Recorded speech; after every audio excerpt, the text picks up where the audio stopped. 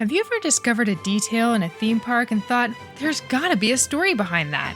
Well, you've come to the right place. We're Amanda, Kevin, and Kim, the team behind Where in the Park, and we've spent years exploring theme parks and finding the details that most people miss.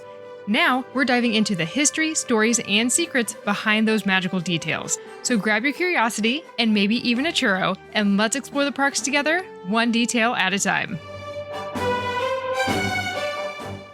Hello, everyone, and welcome to the Where in the Park podcast. This is Amanda, and today we're going to be exploring the history of Halloween at Disney parks. If you missed last week's episode, in which Kevin discussed the history of Halloween and haunts at other theme parks, definitely go back and listen to that one, as it lays the foundation for where we were as a country here in the United States and how the concept of Halloween grew into the multi-month seasonal celebration we know today. He discussed how theme parks such as Knott's Berry Farm, Universal Studios, and Six Flags celebrate Halloween. But today, we are just focusing on Disney parks, and there is a lot to discover. Before we dive in, if you would like to see the photos of what we will be discussing or to see the full list of resources used for this episode or any other episode, check out our blog on our website, whereinthepark.com/podcast. We also invite you to join our private Facebook group, Where in the Park Explorers, where you can share your own photos and stories of Halloween's past and continue the conversation with us. The links to everything are in the show notes below. All right, so our story begins in Holidayland at Disneyland, which was a 9-acre recreation area next to the park with spaces for picnics, a sports field, circus tent, and more. You would know this space today as show buildings for Pirates of the Caribbean and other backstage areas behind New Orleans Square on the other side of the train tracks. Holidayland opened in 1957 and closed by late 1961 for a variety of reasons, which could be an entire episode in and of itself. But for the purposes of this episode, though, just know that in 1959, Holidayland became the first location in which Halloween was celebrated at Disneyland. The festivities were a one-day-only event on Saturday, October 31st. 1 week earlier, the park distributed 1,000 pumpkins throughout Holidayland for children to take home, carve, and bring back on Halloween. After the carving contest concluded, kids took their pumpkins to the Mickey Mouse Club Theater in Fantasyland to receive their prizes, which included free park admission for the day for the kids and their chaperone. They paraded down Main Street, USA with their carved pumpkins in what was called the Parade of the Pumpkins, and prizes were handed out to the best pumpkins and costumes. And to our knowledge, this was the first and only time Disneyland held such an event. After that, Disneyland kept Halloween mostly quiet. There may have been some decorations like seasonal banners, some pumpkins here and there, but no official Halloween programming for 13 years, when Walt Disney World would try something a little different. In its second year of operation, Walt Disney World put on Halloween Weekend, which was October 28th and 29th, 1972. As part of the event, the Haunted Mansion was opened with free admission for guests 17 and under, back when individual ride tickets still existed. The program for the event included character meet and greets, a Hurley Band and Disney character show at the Fantasy Fair stage with, quote, a special salute to Halloween in music and entertainment, as well as the Special Halloween Parade, which ran twice each day, with the Wicked Witch from Snow White as the Grand Goblin. Halloween Weekend would continue in 1973 and 74 with additional entertainment such as viewings of The Legend of Sleepy Hollow. In 1976, Walt Disney World started a Saturday Night at the World series, which included festivities every Saturday throughout the fall and winter that year. Each night of the event would celebrate a different theme, and the park's hours were extended to midnight at a time when normal operating hours were until 7 p.m. On October 30th, the theme was Halloween. During this time, guests could also partake in trick-or-treating, pumpkin carving, and take pictures with characters around the Walt Disney World Village, which was the location where Disney Springs is found today. In 1979, the Magic Kingdom introduced the World Series of Entertainment, a separate ticket event featuring famous musical talent who would perform at the park.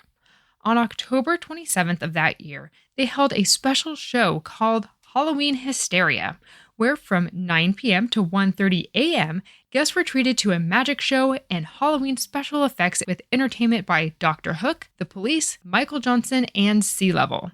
Despite the success of the event, both Disneyland and Walt Disney World took a slight hiatus from Halloween festivities during the 1980s, except for some specialty food items here and there or decorations around the park. By the 1990s, Disney began reintroducing Halloween in a more deliberate way. In 1994, Disneyland held a one-night Halloween celebration. A Southern California radio station announced free admission to Disneyland to anyone who dressed in a Halloween costume and entered the park between 6 a.m. and 8:30 a.m. Halloween Day. The response was overwhelming. So many people showed up that the surrounding roads backed up for miles. The park quickly reached capacity and many visitors were turned away. That traffic jam and surge of interest were unexpected, but Disney got the message. Guests were eager for bigger Halloween experiences at Disney parks. That next year, in 1995, Walt Disney World launched the first Mickey's Not So Scary Halloween Party. Similar to the Mickey's Very Merry Christmas Party events that had been running since 1983, this was a ticketed after-hours event at Magic Kingdom. The Halloween party was designed especially for families, with a fun night of trick-or-treating, character appearances, music, and special shows. The first Mickey's Not So Scary Halloween Party was held on just one night, October 31st, 1995. Over time, they expanded the number of nights. In 1997, it increased to 2 nights. By 1999, 3 nights, and it continued to expand to what we see today, which we'll cover a bit later. 1999 was also the first year that the Boo to You Halloween Parade debuted at the Magic Kingdom. Around the same time, Disney introduced smaller Halloween ticketed events at Disneyland. In 95 and 96, Mickey's Halloween Treat debuted as a one-night event with trick-or-treating, a cavalcade, pumpkin carving contest, and live actors inside the Haunted Mansion and Pirates of the Caribbean. Over on our blog at whereinthepark.com/podcast, we have linked a 10-minute YouTube video from Ricky Doodlebug's experience at the event in 95. It's actually quite awesome to see the similarities and differences in the celebrations compared to today. And there's some fun sections in the video that caught me by surprise, so definitely check it out. Anyway, as the new millennium arrived, Disney began to realize just how much storytelling potential Halloween offered inside its parks. It was an opportunity to reimagine beloved attractions, to showcase villains and spooky characters who didn't always take center stage, and experiment with more after-hours entertainment. One of the first major steps in that direction came in 2001, when Disneyland introduced Haunted Mansion Holiday, an overlay inspired by the film Tim Burton's The Nightmare Before Christmas. For the first time, 2 holidays collided inside the same attraction. Jack Skellington and his friends from Halloween Town took over the Haunted Mansion, bringing new music, new visuals, and a whole new sense of magic. The idea was bold, but brilliant. Take something classic and give it a seasonal twist. The fans absolutely loved it, and every fall, the mansion closes for about 2 weeks so Imagineers can transform it with more than 100 jack-o'-lanterns, hundreds of flickering candles, and a gingerbread house centerpiece that changes every year. The overlay runs all the way through the winter holidays, making it one of the most popular seasonal transformations in Disney history. Mickey's Halloween Treat would return annually starting in 2005 at Disney's California Adventure. It was renamed to Mickey's Trick or Treat Party in 2008, and then it moved back to Disneyland in 2010 as Mickey's Halloween Party. As the seasonal offerings grew, they continued to add more details to the park. An example of this is the Halloween tree in Frontierland at Disneyland. It's a real oak tree, covered in glowing orange lights and painted jack-o'-lanterns, standing as a tribute to the late author Ray Bradbury. Bradbury was a lifelong Disney fan and the author of The Halloween Tree, a 1972 novel that celebrates the spirit and history of the holiday itself. On Halloween night in 2007, 35 years after the book was published, Bradbury himself helped dedicate the tree at Disneyland. A plaque at its base reads, "On the night of Halloween 2007, this stately oak officially became the Halloween tree, realizing famed author Ray Bradbury's dream of having his symbol for the holiday become part of Disneyland." This plaque contains masks in the corners resembling the ones worn by the characters from the book. The tree honors Bradbury's legacy, and every fall it lights up once again, reminding guests that Halloween at Disney isn't just about candy and costumes, it's also about imagination and wonder. A few years later, Disneyland would continue to grow its Halloween entertainment. On September 25th, 2009, the park debuted Halloween Screams, also known as Halloween Screams, a villainous surprise in the skies. This is a fireworks spectacular hosted by Jack Skellington himself. The show would run during Mickey's Halloween Party from 2009 to 2018. Walt Disney World was also reinventing its Mickey's Not So Scary parties from the 90s, this time introducing the Hocus Pocus Villain Spelltacular in 2015 and the Happy Hollow Wishes fireworks show, also known as Happy Hollow Wishes, a Grim Grinning Ghost Spooktacular in the Sky, which ran from 2005 to 2018.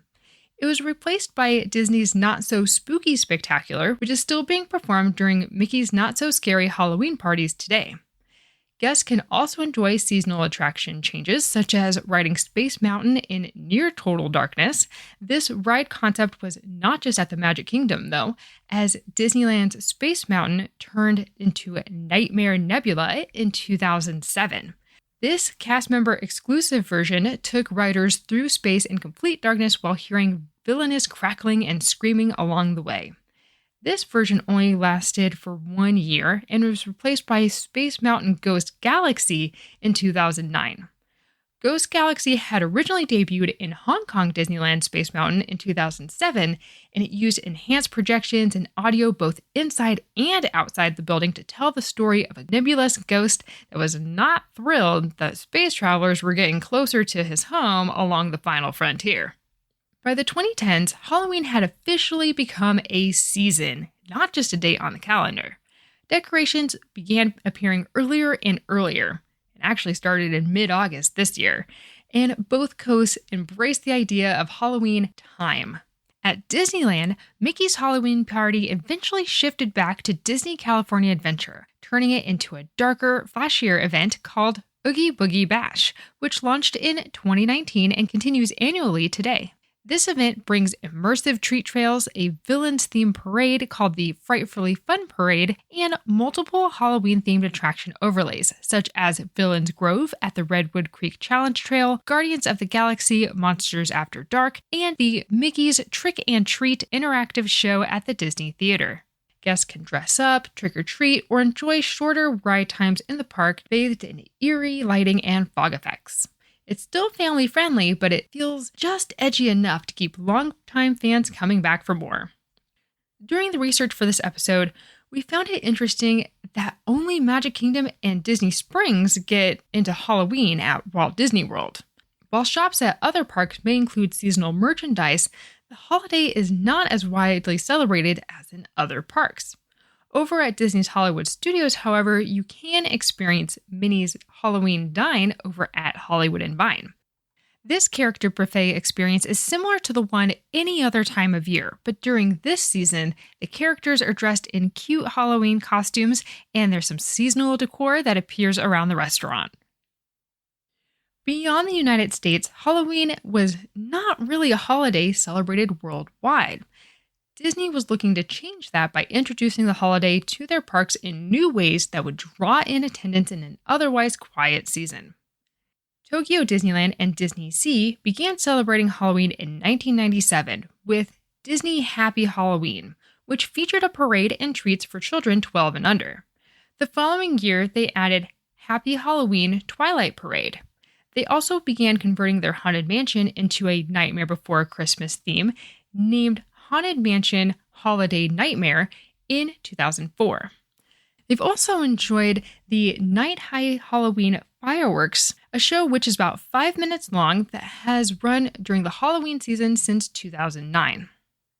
Disneyland Paris held their first soiree Halloween Disney in 1997. They created a new storyline of the Mystery of the Pumpkin Men in 2004, in which guests encountered, quote, funny, orange-hued pumpkin men invading Halloweenland inside the Disneyland park. In 2008 came what translates to Mickey's Not So Scary Party, which ran until 2012 and included the Halloween Soiree fireworks show. In 2009, Terrorific Night premiered at nearby Walt Disney Studios Park. Children under 12 were discouraged from attending as the event featured a darker theme, including 5 terror zones, ride overlays, and a special movie called Terror. Unfortunately, this event only ran until 2012. Check out the Coaster Kings blog referenced in the article section of our blog to check out the photos and firsthand experience from the last year of the event. It's pretty wild. Though they no longer have separately ticketed events, Halloween is still celebrated at Disneyland Paris with the Disney Halloween Festival running throughout the month of October. Hong Kong Disneyland introduced its first Halloween event in 2006, complete with costume characters, ride overlays, creepy photo ops, and haunted house-style attractions. In 2007, as I mentioned earlier, they launched their very own version of Space Mountain Ghost Galaxy, which ran until 2013. They would also have Disney's Nightmare in the Sky fireworks show, which only ran for 1 year in 2010 during their Haunted Halloween event. There have been a number of creepy and twisted haunted walkthrough attractions on Main Street USA over the years, including Main Street Haunted Hotel, Graves Academy, and the Nightmare Experiment.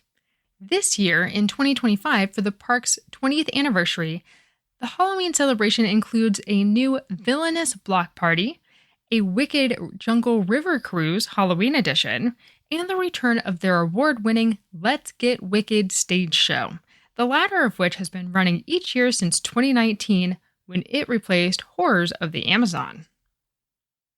Shanghai Disneyland joined in the fun in 2017 with ghostly pirates inspired by Pirates of the Caribbean, a Villains Cavalcade, and a Guardians of the Galaxy dance party. Their first late-night Halloween party was held on Halloween Day of 2019. This Halloween season, the park is celebrating Donald and Villains Halloween Party, which includes, quote, spooktacular Halloween party zones. We know that this was just a brief look at the parks around the world, and we covered over 20 years of Halloween magic. But one thing is clear. Each park adds its own cultural flair, some leaning into spooky and others keeping it lighthearted, but all capturing that same feeling of festive fun. The success of these events doesn't just make fans happy, it often makes financial sense too. Disney realized that special ticketed nights meant smaller crowds, exclusive merchandise, and higher per-guest spending. Over time, Halloween became one of the company's biggest seasonal moneymakers, and by stretching the season to start in August, Disney found a way to turn what used to be a quiet time of year into one of the most profitable. But even as Halloween grows bigger every year, it still carries echoes of that very first celebration back in 1959. It's still about families, creativity, and a shared sense of wonder. The pumpkins are much bigger now and the parades are louder, but the heart of Halloween at Disney remains the same, bringing people together through imagination with just a touch of mystery. So, whether you're walking beneath the glowing branches of the Halloween tree, watching the Headless Horseman ride through the Magic Kingdom, or simply taking in the fall decor around the park, you are part of a story that's been growing for over 65 years. From Holidayland's humble pumpkin parade to today's global Halloween celebrations, Disney has proven that a little bit of spooky can go a long way when there's magic in the mix. That's a wrap on this episode. Be sure to head over to whereinthepark.com/podcast to see all of the pictures and resources referenced in this episode. Continue the conversation and share your Disney Halloween memories by joining the Where in the Park Explorers Facebook group. Be sure to like, follow, subscribe, leave a rating and review, or whatever your podcast player allows you to do. We truly appreciate your support. And until next time, we'll see you somewhere in the park. Bye for now.